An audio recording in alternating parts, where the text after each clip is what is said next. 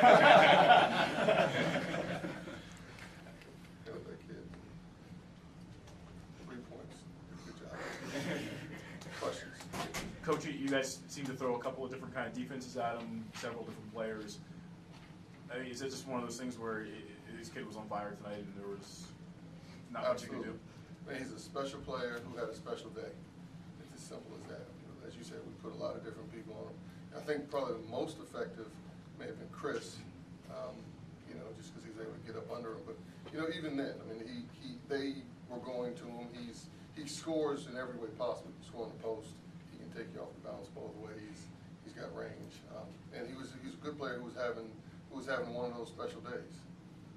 Did you tell Chris to push him left early in the second half? I mean, that was part of the plan to try to keep him to the left. But that's one thing where you sit here and you go on the chalkboard and you say, don't let Brooks go right, force him to his left. And it's much harder to do once you get out there. You know, like I said, he was a special player who had a special day. And when you get in those situations, you know, I think what we try to focus on is, okay, he's getting his. Not to say we're going to give him his, but he's getting his. Now let's see if we can take everyone else away. And so you don't want the person that averages 12 to get their average. The person that averages 6 to all of a sudden get 14. And if you can take everyone else away when they're having when one player's having a special day, there aren't too many people that can beat you by themselves. He was close, but. What did you see, just when you guys were up by 18 early in the second half?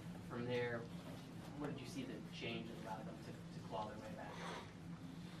Well, I mean, they are. That's what they do. I mean, they've been in every game. I don't know that, and I can't remember their box scores for every game, but I don't think there've been too many games this year where they've been out of it. You know, they just keep coming. They keep coming. They keep coming. They keep coming. You know, they amped up their defense. I think we had a key stretch there where our decision making in terms of the shots that we took, it was open, it was quick, and that's not to say we don't want to take quick shots. Let's not misinterpret that, but you know, when a team is making a run, and sometimes you want to make them work at the defensive end, especially because I thought that we were getting, you know, just any shot we wanted. You know, so instead of coming down and taking a quick three, let's make them work for a little bit. I just think our decisions in that regard weren't that good. And then we gave them some key offensive rebounds. So, yeah. That seemed like you guys responded every time. Julian had the big dunk, and then Austin had those couple buckets in a row. Every time they got close, you guys did have an answer. Okay. That's how it played out. But that's just, you know, I don't think you've seen this year, in spite of the final score, in spite of how much we were up, you know, I don't think this group gets rattled too much. I think, you know, as long as we settle it and focus on what we need to do and how we need to do it, they usually can figure out what's necessary. 10 missed free throws in the second half. Yep. That adds to it. I mean, that's on top of everything else. You make your foul shots. It's a different game. You guys were up by 3 there at one point, I think 82-79 late, and Brooks was bringing the ball up the floor, and Chris was in his vicinity, and he just kind of fell. Was that a bad call, in your opinion? And yours, was it a bad call? I'm an objective observer. I don't want to. And it's also in the Big East rules for coaches that you can't criticize officiating.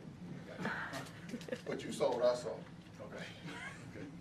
What about Jules? He gave you some strong in the second half. I think he scored like 9 buckets or whatever. Yeah, he did. You know, and the way it got to a point in the second half where I thought they were making a conscious effort to take away our threes, to protect the three-point line. And so when you do that, that's fine. That means usually our cuts are going to be open, or we got one-on-one in the post. And so Julian made a few good moves down there because he was one-on-one with no help. Everyone was spread out. And he was very effective. And then, as Joe indicated, he got a couple. When we needed a couple big rebounds, he came down with a couple big rebounds. Did you learn anything more about your team in a game like this? I mean, I know you said that they usually figure it out. There's really no panic, but I mean, in a game like this where the other team does come back, they got a guy having a great day, and yet you still find a way to win a game. Do I learn anything about my team? No. I'm glad our fans were here. You know, I think that, you know, we get the energy that we get feed off of them is real, is tangible. You know, and at key points in the game when the gym got loud, we could really feel their support. I thought we made that just coincidentally was when we made it, got a stop, got a rebound, made a good play. And so I want to thank our fans because I thought when we needed them to be good, they were good today. Well, talking about getting stops there, when Marshawn was bringing the ball down, when that, as time was running out, how key was it for Chris to pick a spot? I think he went for a crossover, was trying to go between Freeman and maybe Chris, and Chris just reached his hand out and got it. How key was that spot? Yeah, and he almost had him earlier in the second half. I thought he almost picked him on the crossover. It was crucial, because you have a guy that's having that special night, that's coming down. The first time we wanted to intentionally foul, I think the ref might have been in our huddle and heard us say we wanted to intentionally foul, because the player you asked about previously, they called the foul before we got a chance to intentionally foul. Gotcha. On that play, we were just playing heads up, straight up, and Chris got him going hard to his left and just made a good play. And then that was a design three. I mean, there were three guys that trapped him. Freeman stepped up on him. Chris came from the left, and Jason was pursuing it. That was exactly what you wanted. We didn't come out of the huddle saying, let's run 3 men at him. No, but at the same time, there wasn't enough time for him to make too many passes. He was going to shoot the ball. Right. He wanted to do that, so he wanted to have presence in front of him. Right. How big was it having a balanced attack from your big players? I'm sorry, I didn't the last part. From your big players, a balanced attack? How important was it? I think just by nature, by design, we are a balanced team, so everyone has to step up and do their role. However, it's come to be the last 3 games, you guys have won 3 points, 2 points. That earlier stretch of the year when you were losing the last plays of the game, we're going the other way. Just talk about this year, what's been the difference those last couple minutes, these last few games than before?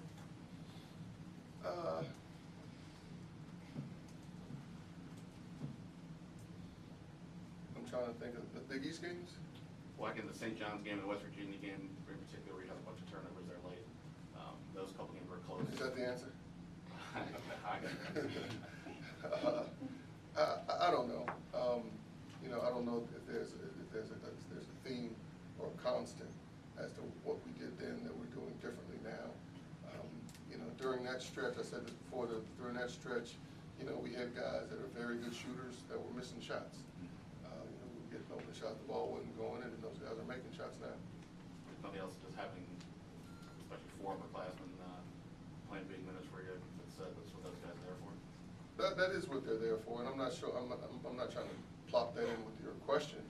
And so, like I said, I haven't, gone back and analyzed what we're doing differently now compared to then. But having guys out there, the guys standing behind me, Austin, helps. Chris, can we talk about that final play where you stripped the ball from Marshawn as he was bringing it down? Just how did it play out in your eyes? Well, Jason was guarding him, and he was coming hard down the left hand, and I was just hoping that Jason would turn him because, I think everybody in the gym knew he was going to shoot the ball, so he wasn't passing the ball. So I kind of left my man and I just had my eyes on the ball and just tried to make a play for one goal. Chris, how difficult was it to guard him? You would take something away, and then he would adjust and still go. Yeah, he had 43 and he only missed 11 shots, so he's very tough to guard. He uses his length to his advantage, and I try to cut him off, try to make it tough for him. But at the end of the day, he's 6'5", 6'6", probably like a 7-foot wingspan, so it's hard to contest every shot. And he was in everything. He's a very good player. So that's probably one of the best performances I've seen since my freshman year, Curry. So You it missed was tough. a couple of free throws in the final 30 seconds, so to make the final play, sort of get you off the hook. So feel that way, sort of. I was upset I missed the free throws, and I was just trying to think of the next play, just trying to make a play to get a win. So. When you grabbed the ball after you went down after getting Marshawn, were you sort of motioning towards you were going to make a timeout call, or? I don't remember. Did you feel like you were maybe bailed out a little bit by the buzzer? No. We won. Things going like that, and how hard is that? When you're out there playing good defense, you feel like you're playing good defense, and yet you don't seem like anything can stop him. How tough is that to keep the grind going? I mean, it's tough because you know once a player gets in a just a rhythm like that in a zone or whatever you want to call it, it's pretty much nothing you can do. You just got to try to force him into tough spots, and we were, but he was hitting tough shots. So, I mean, he's a heck of a player, and when players like that get hot, it's pretty much nothing you can do. You just got to keep playing and keep other guys from scoring. Like Council didn't really play that well today, and you know, a couple other players didn't play well. So, sorry. Hey, Jason, in the first half, you in particular were making everything from distance, and collectively you guys were doing that. Second half, completely different story. We'll talk about what was working for the first half, and then what went awry in the second half. I think we were getting open shots in the first half. We were getting open shots in the second half. They just weren't falling. Like Coach said, we took some bad shots and bad time, good shots and bad timing. But I still think we were getting open shots in the second half. They just weren't falling. Can you talk about your feeling? I think you hit your first 7 shots in a row.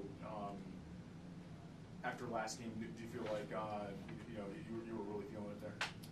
I don't think I was feeling it. I didn't come out and shoot well last game. This game, stuff was falling for me. Yeah. Is that one thing? Obviously, you probably like to sort out here going down the stretch, getting away from the reputation of being a streaky shooter and bringing some consistency to your shot there.